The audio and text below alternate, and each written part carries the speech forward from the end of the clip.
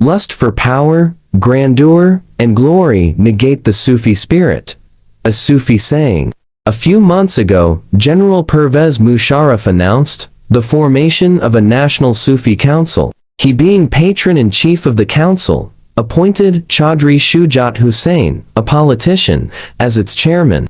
Well, it is a personal right of a person to reveal himself as anything as he deems desirable. A crusader for the wretched of the earth, rescuer of the wronged, protector of the weak, upholder of the justice where justice is denied, or for that matter, he is at liberty to declare himself a deity, a demigod, or an apostle.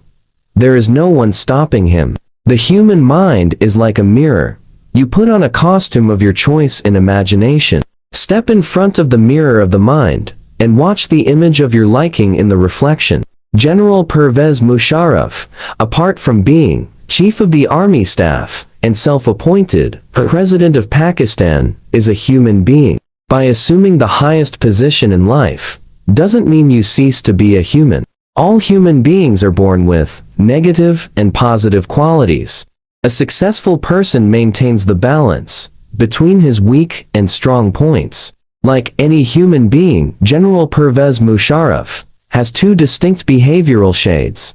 His mood swings between moderation and intemperance. He has his very strong personal likes and dislikes, merits and demerits, and a personal sense of vice and virtue. It should never be overlooked that the general is a human being and is prone to imperfection. He has every right to form an image of himself in his own estimate that pleases him. An avowed champion of democracy, anti-terrorist campaigner, enlightened moderator, detester of fundamentalism, torchbearer of liberalism, and, finally, Sufi. He thinks himself indispensable to Pakistan. Without making it obvious, the general has made it obvious that he and Pakistan are inseparable. Sufism denotes selflessness, humbleness, and unpretentious piety. Sufism doesn't approve of an egotist who speaks high about himself. A true Sufi regrets the past mistakes, blunders he knowingly or unknowingly committed. He repents the sins he committed, willingly or unwillingly. He detracts from the crooked path he chose unwittingly. One must cleanse oneself of impurities before embracing Sufism. Sufis have extremely sharp memory of their wrongdoings. They keep regretting the untoward actions.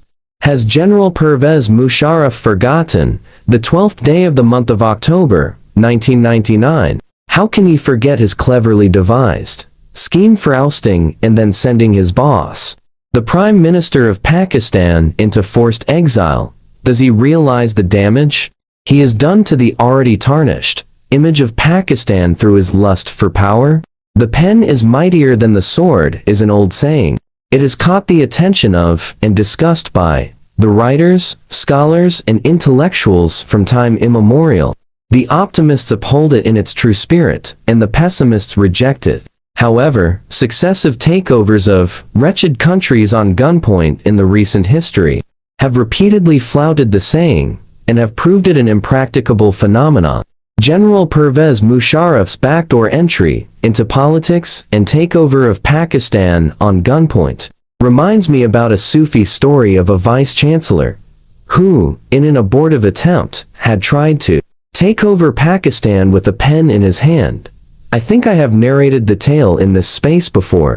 It is worth summarizing to show the plight of the pen in a third world country. I am an optimist, but in given circumstances, the pen has been blatantly flouted by the sword. Remember, a vice-chancellor and a general work in grade 22. Dr. Rafai was a vice-chancellor of Federal University in Islamabad.